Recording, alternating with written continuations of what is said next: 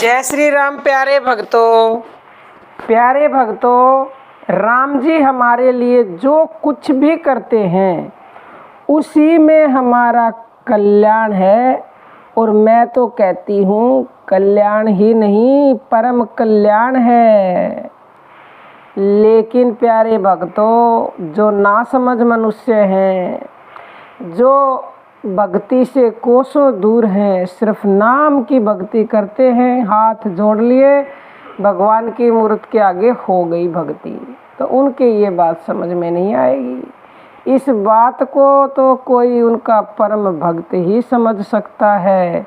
और जिसने ये बात समझ ली कि भगवान ने मेरे लिए जो भी विधान किया है उसमें मेरा परम कल्याण है, तो उसका परम कल्याण है ही।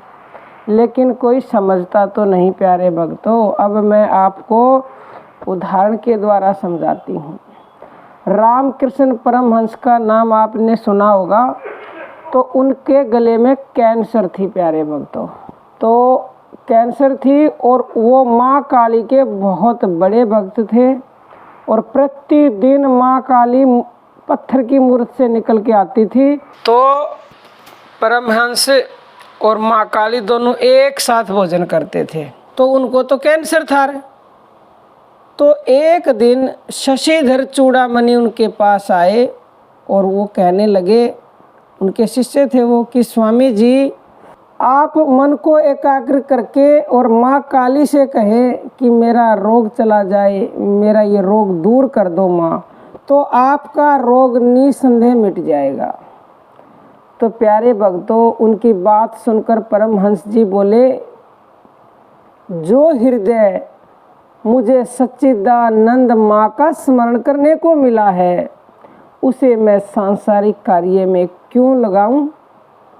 पर उनके शिष्यों को उनकी बात पर संतोष नहीं हुआ। सभी ने मिलकर आग्रह किया कि वे माँ काली से रोग मुक्त करने को कहें।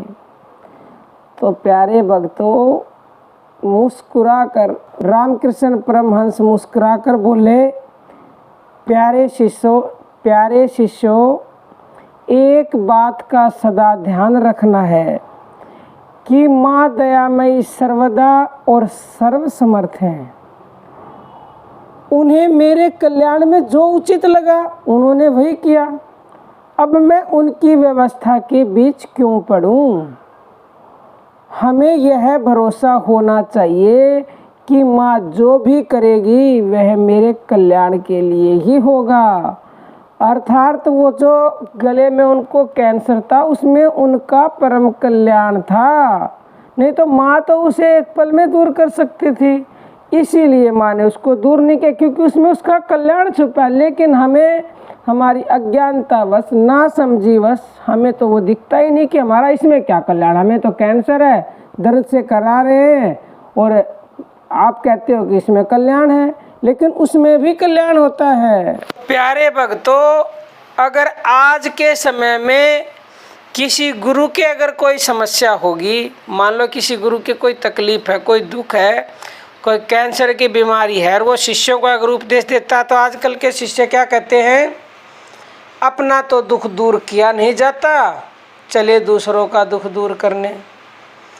प्यारे भक्तों, जो भी कोई गुरु हैं आपके, अगर उनको कोई भी समस्या है तो आप उनकी सोच को नहीं समझ सकते, क्योंकि उनकी तो सोच यही होती है कि इस दुख में ही मेरा कल्याण है। वो अपने लिए कुछ मांगते नहीं।